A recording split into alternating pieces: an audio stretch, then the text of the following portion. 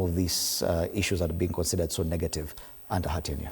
Yeah, one, really standing in solidarity with people in Tanzania and wishing them all the best in terms of the outcome of the election, not just the results, and I'm not really looking at the results, but what comes next.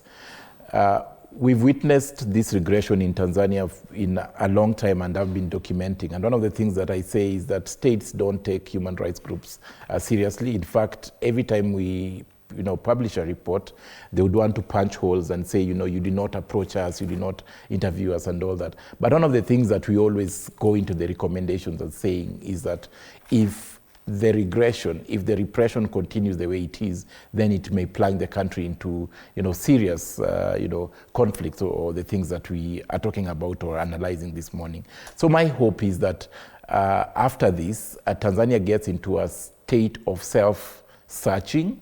The reforms, the needed reforms that the country needs, this is the time to actually do them, the constitutional reforms, but also do them so genuinely. My senior here was talking about, the fact that, a president can be surrounded by bad leaders. And that is where structures and the reforms that are needed actually weave out some of these things. There are places where the structures will not even allow those surrounding to even come and misguide the president. So we wish Tanzania well.